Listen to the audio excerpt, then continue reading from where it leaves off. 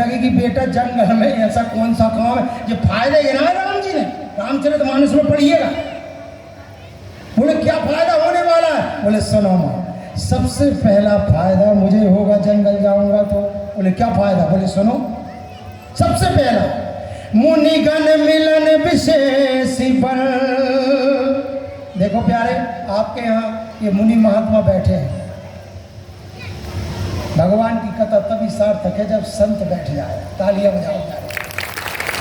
ये ऐसा लग रहा है कि सरजू का किनारा है और यहाँ सब सरजू के लोग बैठे हैं। राम जी क्या कह रहे थे कि सुनो मां, सबसे पहला फायदा मुनिगण मिलन विशेष बल और सबई भांति हित मोर। और उस पर भी तहम पितु आयुष बहुरी, उस पर भी सम्मत जननी। तो ये दोहा बड़े कठिन है। बोले सबसे पहला लाभ होगा मां कि इन मुनियों का दर्शन होगा, ये संत महात्माओं का दर्शन होगा। और कहीं कहती है बेटा तुम तो फायदे गिना रहे हो। तो बोले बेटा बिल्कुल दुख नहीं है क्या कि यही फायदे हैं। राम जी ने एक ऐसी बात कर दी कि आज तो कहीं राम जी के पैर पकड़ लिए आज कहीं ने। मालूम कैसे? जरा ध्यान देना प्यारे। राम जी से कहा कि कोई दुख नहीं है, तुम तो फायदे गिना रहे। तो राम जी ने एक फायदा गिनाया। सुनो मां, लड़का हो तो ऐसा हो। राम जी फायदा गिना रहे, देखो। सुनो मां, भरत प्राण प्रिय अरे पावहि राजू। राम जी कह रहे हैं कि मेरा छोटा भाई भरत गद्दी पाएगा। भरत प्राण प्रिय अरे पावहि राजो और विधि सब विधि मोहि सन्मुख आए। विधाता पूरा मेरे पक्ष में है। क्यों? आज मेरे छोटे भाई को राजगद्दी मिलेगी। कि कहीं ना कहीं मर गए। क्यों? बोले सबरो धम तो इसी बात का है कि हमारा लड़का राजा हो जाए, तुम जंगल चले जाओ। लेकिन राम तुम तुम्हारे ही मुंह से कह रहे हो कि भरत राजा हो जाए। तो बोले राम एक बात बता, सत्य बता राम, तू राम ही है कि भगवान? क्या बात है, क्योंकि ऐसी बात कोई और नहीं कह सकता। तुम मेरे बेटे ही हो कि भगवान हो? राम जी ऐसे खड़े। बोले ऐसा तुम क्यों कह रही हो मां? कहीं कहती है बेटा सुन,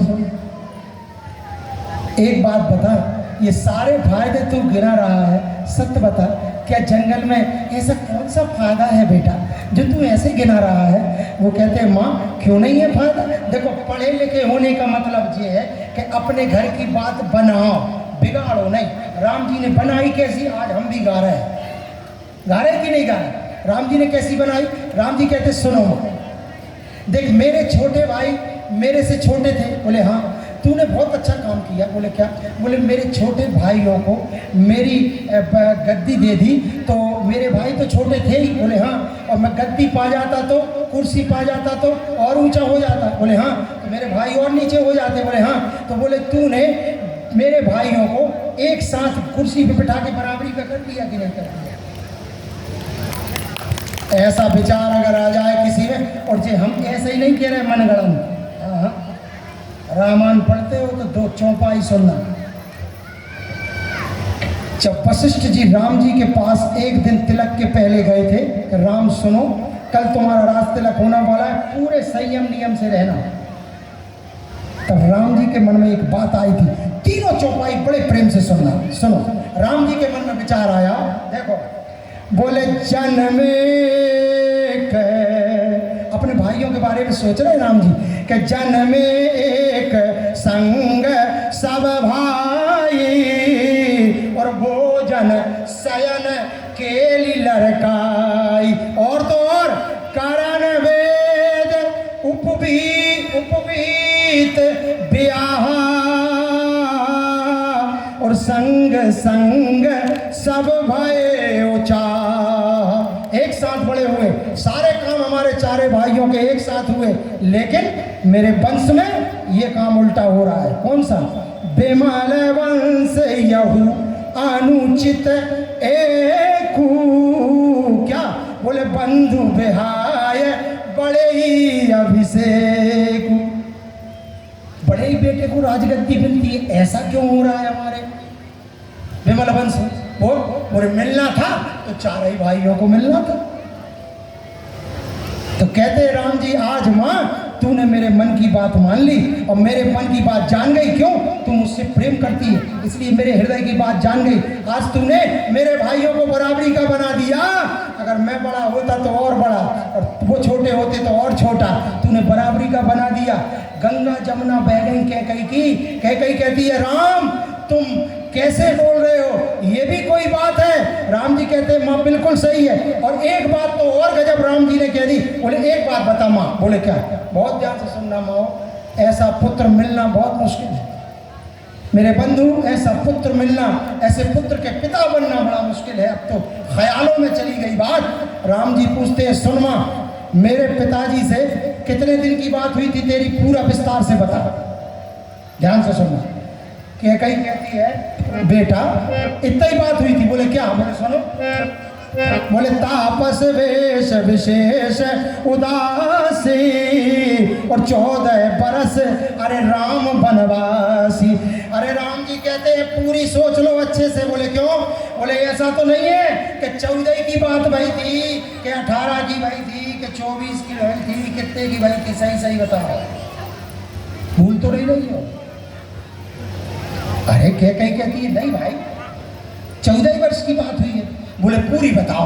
देखो जरा पूरी कहानी। मातावाद से निवेदन है, जैसा कैकई ने किया, हाथ जोड़ के विनती है, ऐसा कोई ना करे अपने पति के साथ, कोई ना करे। याद रखना कैसा किया।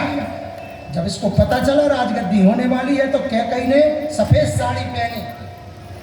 सोच तो लो, अगर विवाहिता औरत के सामने अगर सफेद साड़ी ऐसे करके बता दो तो वो गाली देती। तुम हमें सफेद साड़ी बता रहे हो? और बच्चा सुन ले तो कहता है काट के फेंक दे हमारी माँ को अगर सफेद साड़ी बताए। और आज क्या कहीं सफेद साड़ी पहन के कहाँ गई? कोप भवन में। कोप भवन में जाके क्या कह रही है? चुपचाप।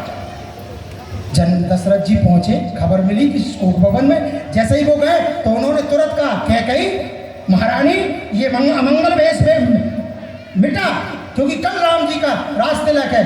बोल तेरी क्या मर्जी है? ये तो पक्का है कि कोई जिद है, लेकिन क्या है अब ये तो नहीं मालूम। तो बोले चिंता मत कर, तेरा जो भी बात है मैं पूरी करूंगा। बोल किस राजा को रंक बना दूं और किस रंक को राजा बना दूं, क्योंकि मैं चक्रवर्ती हूं। बोल, लेकिन ये भेष बदल, कल राम जी का राज तिलक है। कैकई कहती है, जब सुना कि मेरी बात पूरी हो जाएगी तो ऐसे उठी जैसे कोई सर्पणी करवट ले रही हो, और देख के कहती है, कहते ही रहे तो ले लो, देते ही नहीं। जब बोलने की स्टाइल होती है, कहते ही रहे तो आज तक का ला है। दशरथ जी कहते क्या चाहिए? बोले दे दोगे? ध्यान से सुनना, एक पिता ही होता है। बोले दे दोगे? बोले मांगो रानी, क्या चाहिए? बोले पक्का। अरे बोले मांग के तो देख। अब क्या कही गए, पक्को ही कर ले। दे दोगे? बोले हाँ। तो वो तुरंत बोलती है, पहली बात। बोले क्या? मेरे प्रिय पुत्र भरत को राजगद्दी मिलने चाहिए। बोलो मंजूर है? दशरथ जी तो समझ गए खेल क्या है। दशरथ जी कहते ठीक है, दे देंगे। किसी पूछती है और राम के बारे में नहीं सोचा?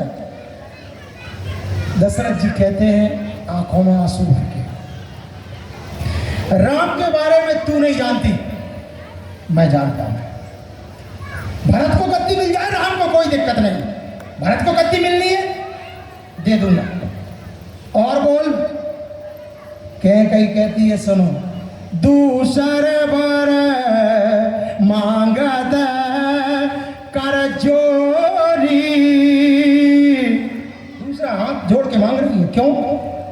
ही लिए तो सादा था मंत्रालय कि सुनो उनसे कहना कि तुम दूसरा वचन भी दे दोगे, क्या कर दोगे पूरा। दशरथ जी जैसे ही उन्होंने कहा कि दूसरा वर दे दोगे, दशरथ जी कहते जब पहले में दिक्कत नहीं हो रही तो दूसरे में क्या दिक्कत होगी, बोल क्या मांगती है। बोले दे दोगे। अरे बोले क्या तुम ऐसे ही समझती हो चक्रवर्ती राजा हूं, रघुवंश कुल का हूं, जो कह दिया सो कह दिया। कही कहती है कह तो दिया लेकिन तुम बताओ, तुम ठीक हो, राजा हो, सब बात ठीक है, तुम पूरा कर दोगे। ऐसा कोई ना कर। महाराज दशरथ कहते तू मेरे साथ रहती है क्या, मुझे जानती नहीं है, जो कह दिया सो कह दिया, मैं कर दूंगा। बोले हम कैसे माने कि तुम कर दोगे, भाई हम कैसे माने कि तुम कर रहे हो। दशरथ जी ने कहा वाह, जब मैं कह रहा हूं कि मैं कर दूंगा। बोले नहीं पक्की बात बताओ। दशरथ जी कहते सुनो, क्या तू जानती नहीं है हमारे खानदान में रहती है। बोले क्या। बोले रघुकुल रीत है सदा चली आई, क्या। बोले प्राण जाई बरु बचन न जाए, प्राण चले जाएंगे बचन नहीं जाएंगे। बोल क्या मांगती है। कई कहती है ये तो तुम्हारे रघुकुल की रीत है। बोले हाँ, कि प्राण चले जाए पर वचन नहीं जाएगी। बोले हाँ। बोले लेकिन तुम भी जाए निवे हो जा की का गारंटी है, समझ गए नहीं बात को। जैसे हम तुम्हें बताएं, यहाँ सब गांव के लोग बैठे हैं, जैसे सरपंच कोई गांव का सरपंच है और उस सील कैसी बनी होती है कि निगोरा गांव के सरपंच ओजस्वी गनेरा, और गनेरा ग्राम सरपंच महोदय, जब सील लग गई। लेकिन वह सील पूरी कब मानी गई, जब सरपंच दस्तखत कर देगा है। अच्छा है कि नहीं। अरे जी कुछ बोला ही नहीं रहे, पढ़े लिखे सब बैठे पुराने। भाई सरपंच की सील लग गई, काम अकेला नहीं चलेगा, वो सरपंच दस्तखत करे। और हर सरपंच 5 साल में बदलता है। सील वही रहती है, सील वही रहती है कि नहीं। लेकिन जो सरपंच बदलता है वो दस्तखत करता है, उसके कार्यकाल में जो काम हुआ वो उसके दस्तखत होते हैं। तो यही तो बात है। कई कहती है जो रघुकुल रीत सदा चली आई, ये तो तुम्हारी मोहर है खानदान की, और तुम्हारे जो पूर्वज हैं उन्होंने भी इसको निभाया है उनके कार्यकाल में, तब ये बनी है। लेकिन इसी मोहर को तुम भी तुम्हारे कार्यकाल में निभाओगे, जाके लाने दस्तखत करो।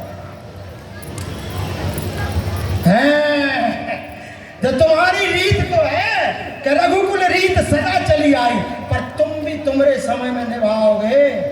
जैसे हरिश्चंद्र ने उनके समय में विश्वामित्र के लिए सपने में आई चीज भी दान में दे दी।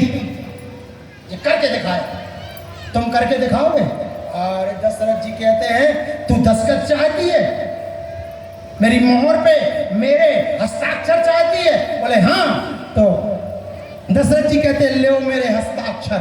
देखो आज भरत जी ने दस्तखत किए, कौन से एक पिता क्या करेगा। दशरथ जी कहते हैं लो मेरी सील पे दस्तखत लो। तुरंत कहते हैं ते ही पर राम शपथ कर आई, कहते राम की सौगंध है। देखो दशरथ जी ने अपने दस्तखत करे तो और कुछ हवाला नहीं देता, मैं अपने बड़े पुत्र की कसम खाता हूं, मुझे राम की सौगंध है। ते ही पर राम शपथ कर आई, क्या सुकृत स्नेह अवध रघुराई। लो मेरे राम की सौगंध, मांग क्या चाहती है। हाँ क्या कहीं ना कहीं अब बन गया काम, अब बात नहीं टल सकती। क्यों राम की सौगंध खाई है तो कहती है सुनो, तापस वेश विशेष उदासी और 14 बरस अरे राम बनवासी। कहती बेटा इतना ही बात हुई है। राम जी कहते बस इतना ही। बोले हाँ। अच्छा अच्छा अच्छा, मतलब 14 वर्ष की बात हुई। बोले हाँ। अरे बोले माँ, देखो दुनिया में बाप कंजूस होते हैं और माँ उदार होती है। मेरे विमल वंश में पिताजी उदार हो गए और तुम कंजूस नहीं हो गई। और कई कहती है इसमें भी कंजूसी हो गई क्या 14 साल के लिए? बोले हाँ। बोले क्यों? बोले सुनो, तुमने एक बार मेरे पिता से कहा कि तापस वेश विशेष उदासी 14 वर्ष राम वनवासी, तो मेरे पिताजी ने मना नहीं किया। बोले ना। बोले दे दिया। बोले हाँ। और तुम कितनी कंजूस? बोले क्यों? बोले 14 वर्ष के लिए मांगा। बोले और मांगना था? राम जी कहते हैं हाँ और मांगना था। क्यों? ये 14 वर्ष का आनंद तो बहुत कम है। बोले क्या मांगना था? राम जी कहते हैं तुमने मांगा तापस वेश विशेष उदासी और 14 बरस राम वनवासी। और मांगती तो ये मांगती कि तापस वेश विशेष उदासी और 14 जन्म राम वनवास। 14 जन्मों तक राम वन में रहे। तो वो कहते हैं बेटा 14 जन्म में तुम्हें क्या मिलता? बोले यही तो मिलता कि सारे 14 जन्म तक अपनी आंखों से ये सुनता और देखता कि लोग कहते कि राम ने अपने पिता के वचनों को निभाने के लिए अपने को 14 जन्मों तक जंगल में डाल दिया। राम ने अपने छोटे भाई को राजा बनने के लिए अपने आप को 14 वर्ष जन्मों तक जंगल में डाल दिया। ये यश मैं सुनता। आहा, कैकई देखो, चौपाई देखना, जैसे ही कैकई ने सुना तो आंखें गंगा जमुना और पैर पकड़े आज कैकई ने ऐसे, जैसे ही पैर पकड़े। ये बात सुन के कौशल्या ने जब सुनी कि इतनी बात, तो कौशल्या ने पैर पकड़ लिए। क्यों? कह रहे राम आज पता चला। तो सही बता बेटा, तू बेटा है कि भगवान है, ऐसी कोई बात नहीं कह सकता। और जैसे ही कौशल्या ने पैर पड़े तो मालूम चौपाई क्या लिखते हैं तुलसीदास जी लिखते हैं, बहुविधि बिलपी, चौपाई सुनी होगी, बहुविधि बिलपी चरण लपटारी, बहुविधि बिलपी चरण लपटारी, परम अभागिनी आप ही जानी, परम अभागिनी आप ही जानी। जय सिया राम, जय सिया राम बोलो, जय सिया राम, जय सिया राम, जय रघुनंदन, जय सिया राम बोलो, जय रघुनंदन, जय सिया राम बोलो, जय रघुनंदन, जय सिया राम बोलो, जय रघुनंदन, जय सिया राम।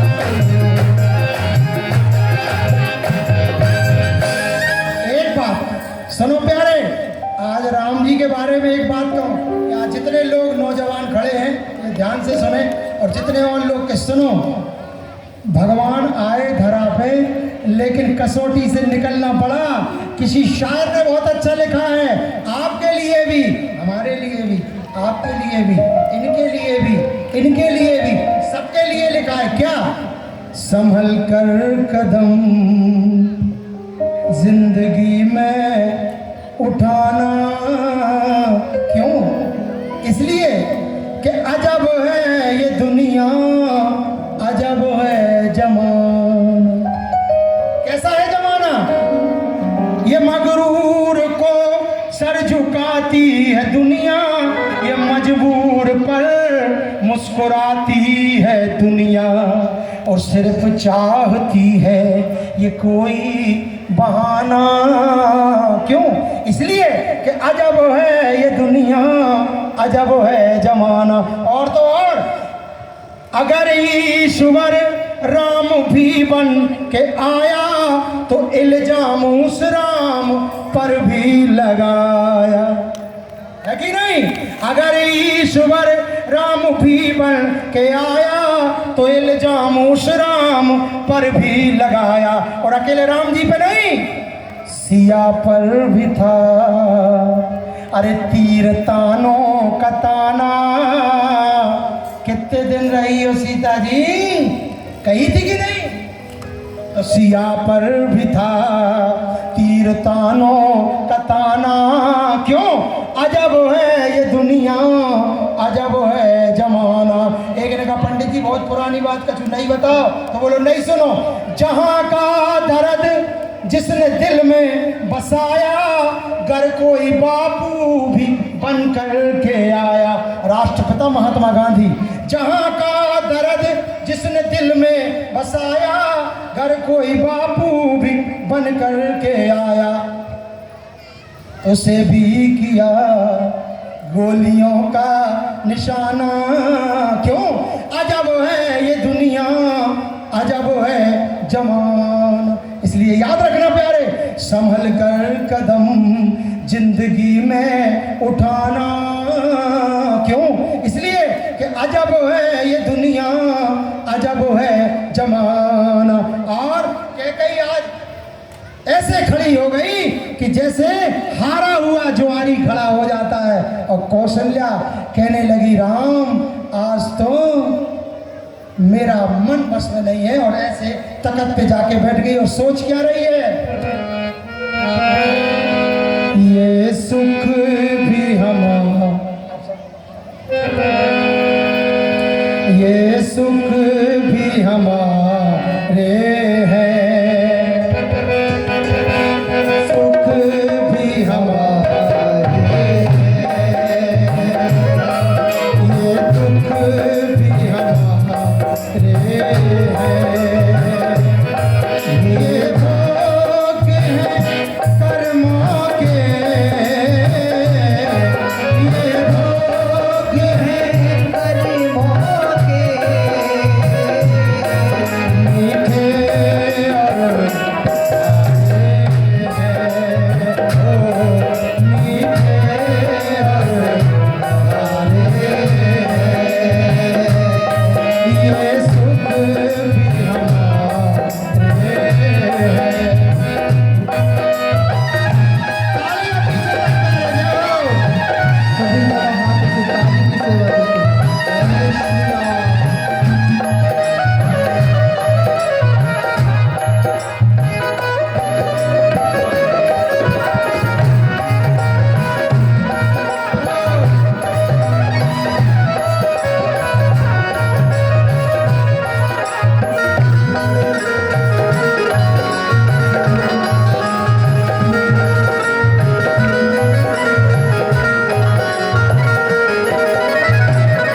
देखो, सुख दुख ही तो जीवन की गाड़ी चलाते हैं। सुख दुख ही तो जीवन की गाड़ी चलाते हैं। पर बीच बोले हमने, जो बीज बोए हमने, सब न्यारे न्यारे हैं, सब न्यारे न्यारे हैं, सब प्यारे प्यारे हैं। ये सुख भी हमारा, ये सुख भी हमारे हैं। तालियां।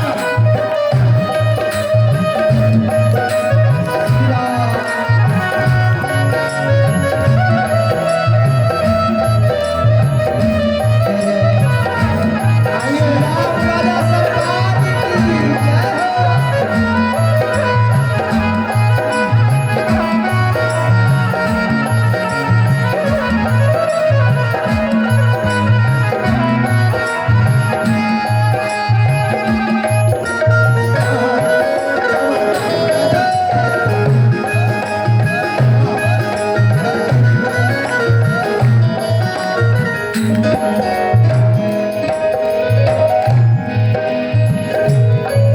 जिसमें हो रजा तेरी,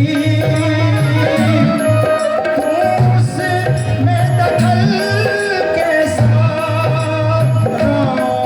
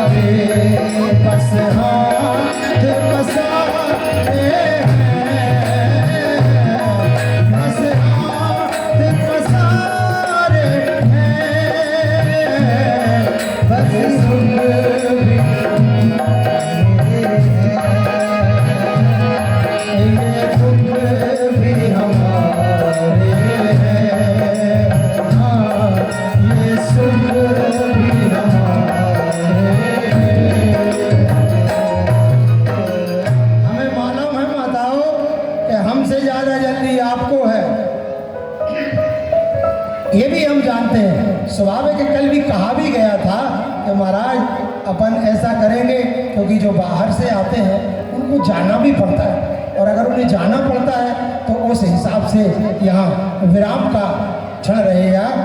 अब आगे जैसे, क्योंकि यहाँ तैयारियां पूरी हैं, आइए 2 मिनट की बातचीत है, उसके बाद पूर्ण बात होने का सबसे बड़ी बात ये होती है, जब तक उस संहार नहीं आता है ना आपको आनंद आता है ना हमें आता है। क्या हुआ? बोले राम जी माँ क्या कर रही थी? हाँ बैठी और एक ही बात कर रही थी। जैसे ही राम जी को देखा और सुना तो बहुविधि बिलपी चरण लपटानी, बहुविधि बिलपी चरण लपटानी, परम अभागिनी, परम अभागिनी आपन जानी, परम अभागिनी आपन जानी। जय सिया राम, जय सिया राम बोलो, जय सिया राम, जय सिया राम बोलो, जय रघुनंदन, जय सिया राम बोलो, जय रघुनंदन, जय सिया राम बोलो, जय सिया राम बोलो, जय श्याम बोलो, जय सिया राम बोलो, जय घनश्याम बोलो, जय सिया राम बोलो, जय सिया राम बोलो, जय सिया राम बोलो। आखिरी बात कह के विराम, उसी समय पे जहाँ पे कौशल्या बैठी थी वहीं पे सीता जी का आगमन हो गया। अब कहाँ बैठी थी? समाचार ते ही समय सुनी तो सीय उठी अकुलाय, क्या जाय सास पद कमल जुगै, बंदी बैठी सिर नाय, बंदी बैठी सिर नाय। आओ माताओ, आज सास बैठी तखत पे, सीता जी बाजू में आ गई और क्या कर रही थी? बैठ के सोच रही थी कि अब राम जी बन जाएंगे, मेरा क्या होगा। क्यों? राम जी तो जाएंगे क्योंकि आज्ञा हो गई। और जैसे ही कौशल्या का हाथ पड़ा तो सीता, तो कौशल्या कहती है राम एक बात बता, तू तो जंगल जा रहा है, तेरी ये जो बहू है आज की आई न कल की आई, इसका मैं क्या करूं? इसकी तो अभी मेहंदी नहीं छूटी है, इसका क्या करूं? अब राम जी क्या करें? क्यों? राम जी तो बोले ही नहीं पा रहे माँ के सामने। क्यों? और आजकल तो अरे राम राम राम, अब तो बाप रे बाप, अब तो मेहता जी खड़ी हो चाहे बाप बित जगत का है। बेबी कह दे अभी नहीं जा रहा है भाई, फिर चलेंगे अपन, इन्हें घूमने फिर। अब बेचारी मेहतारी तो कछु बहु जे रहे थे, बोले ऐसे मत बुलाया करो, माँ खड़ी रहती हैं, उनको देखेगा तो अच्छा नहीं लगता। तो मोड़ ही कह दिए ये तो चश्मा लगा पहने का, देखा तू याद रखना प्यारे, लेकिन आज राम जी खड़े हैं तो कौशल्या कहती है इसका क्या करूं? लेकिन राम जी बोल नहीं पा रहे। क्यों? माँ तू समीप कह दे सकुचाही।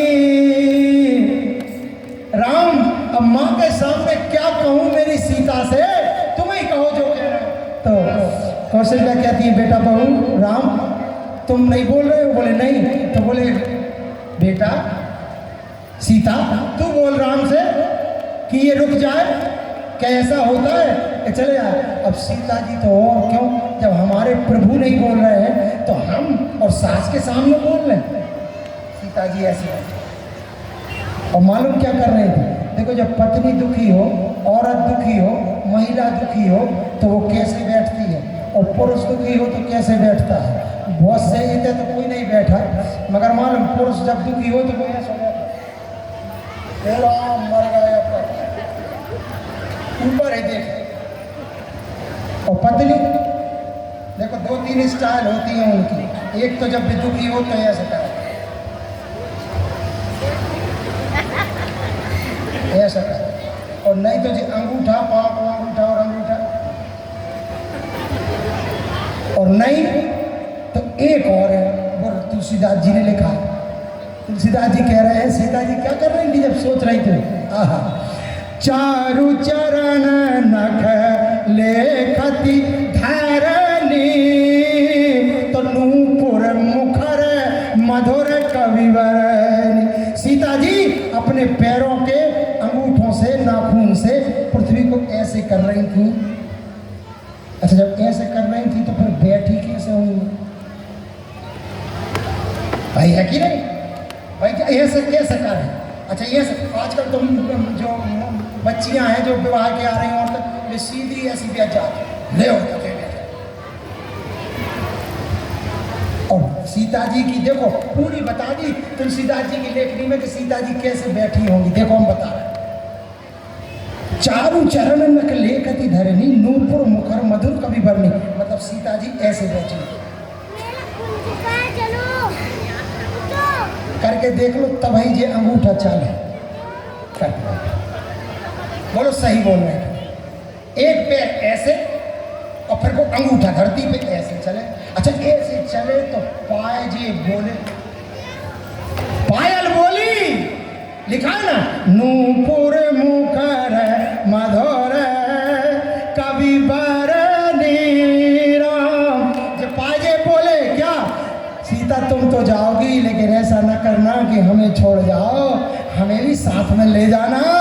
पाजे बोले, बल्कि वास्तव में मालूम ये तो भाव है ही, लेकिन एक संत का भाव था कि पायजेब कहते हैं कि सीता सुन, आज तेरी सास कह रही बोल और तू बोल नहीं रही, सुन हम चेतन होके भी आवाज कर रहे हैं, छन छन छन, तू तो हम जड़ होके भी छन छन आवाज कर रहा है और तू चेतन होके नहीं बोल रही, बोल।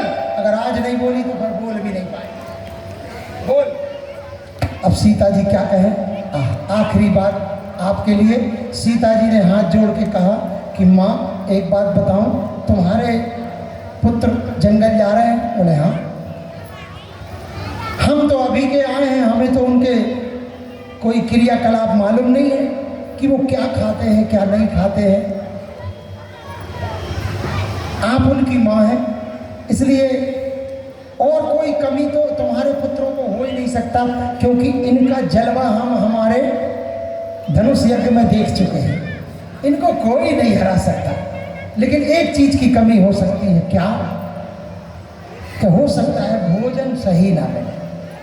तो आप चली जाओ, आप माता हो, आप जानती हो ये कैसा खाते हैं, किस तरह का खाते पीते हैं, आप खिला देना। कौशल्या की आंखें गंगा जमुना। कौशल्या कहती है सुनो सीता, तुम नहीं जानती हो राम अगर जंगल जा रहे हैं तो तुम्हारे ससुर की क्या हालत होगी, ये मैं जानती हूँ, क्योंकि तुम्हारे ससुर राम को जितना चाहते हैं उतने कहना ही क्या, मैं जानती हूँ कि तुम्हारे ससुर की क्या हालत होगी। और ऐसे दुख के समय में जब मैं सुख में उनके साथ रही हूँ तो दुख में भी मुझे रहना चाहिए, मेरे पति के साथ रहना चाहिए कि नहीं।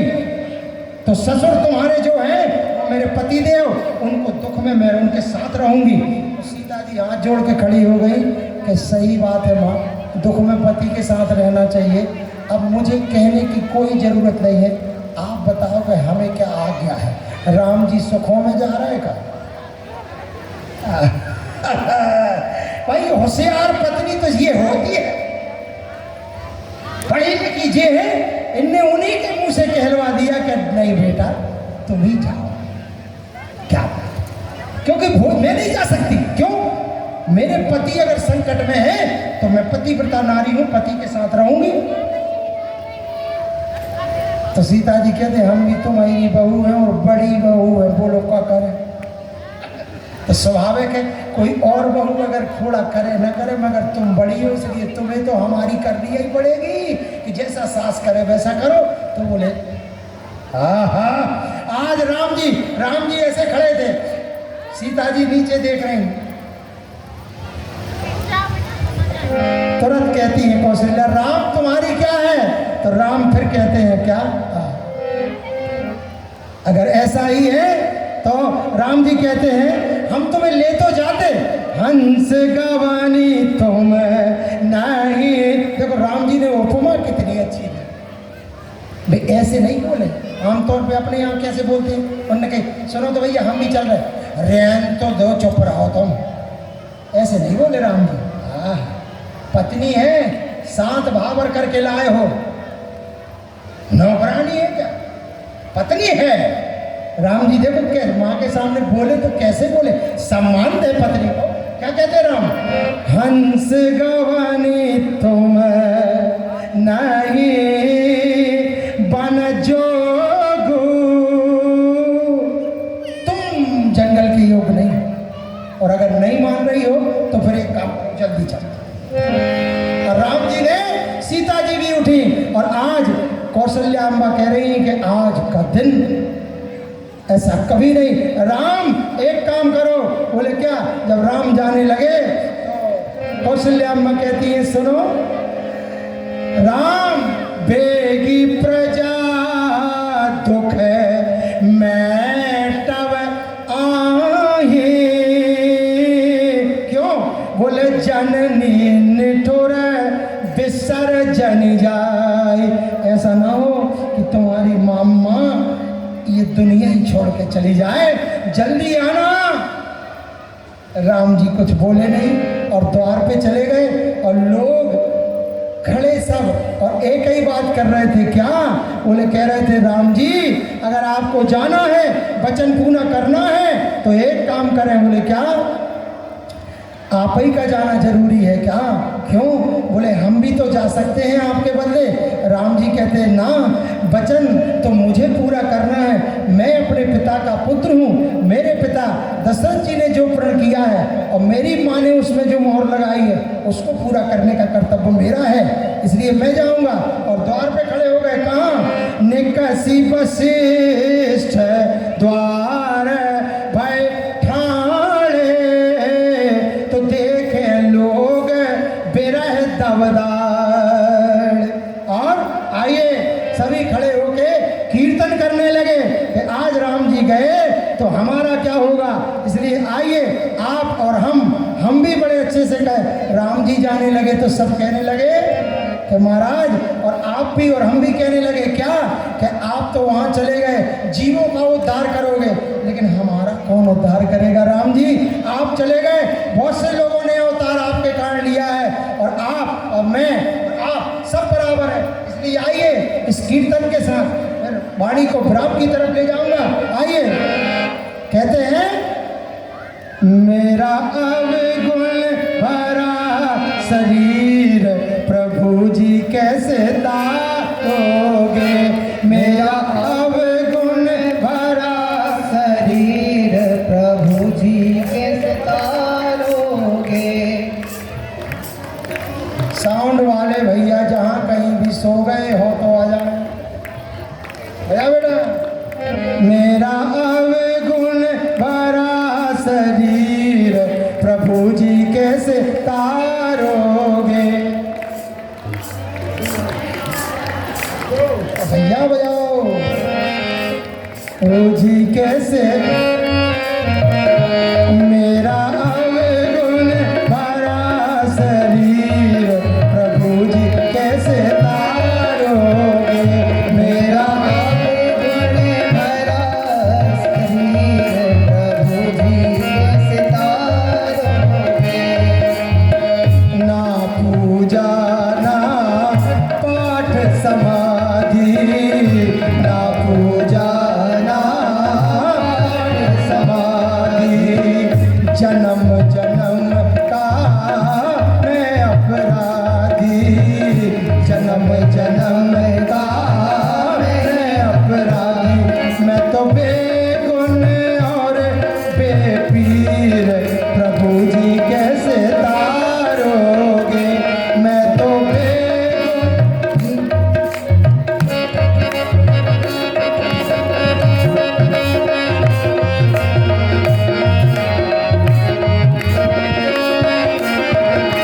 मेरा अवगुण भरा शरीर प्रभु जी कैसे तारोगे। असली अच्छा मुझे पता नहीं था, कोई बात नहीं भैया, मुझे पता नहीं था कि उठ के साउंड वहाँ जाना है भैया। अच्छा एक बात ऐसा ही नहीं है, आज वाणी को क्योंकि ये साउंड वहाँ लगता है और और ये सूचना यहाँ नहीं थी, इसलिए थोड़ा सा वो कोई बात नहीं है। आइए एक बार जयकारा लगाएं। आज मैं अपनी वाणी को यहीं विराम करता हूँ। क्यों? आज भगवान जब जा रहे हैं जंगल में तो लोग भी उनके पीछे दौड़ रहे हैं। क्यों? क्योंकि राम, तुम वन चले जाओगे तो हम यहाँ करेंगे। क्यों? जहाँ राम तहाँ अवध, जहाँ है तहाँ राम है, और राम नहीं है तो अवध अवध नहीं है। इसलिए सारे लोग साथ में चले गए। आइए जोर से जयकारा लगाएं। बोलो सियावर रामचंद्र भगवान की। थोड़ा जोर से बोलिए, क्योंकि इतने धीरे बोलने में तो कोई सुने ही ना। बोल हनुमान जी महाराज की, यज्ञ नारायण भगवान की। सुनो, जितने लोग भी इस परिसर में घूम रहे हैं, जहां तक आवाज जा रही है, सबके मुख से एक बार जयकारा निकलना चाहिए। बोल यज्ञ नारायण भगवान की। क्या बात, अस्तु। आगे जैसे मंच संचालक महोदय का निवेदन हो, आइए सभी लोग।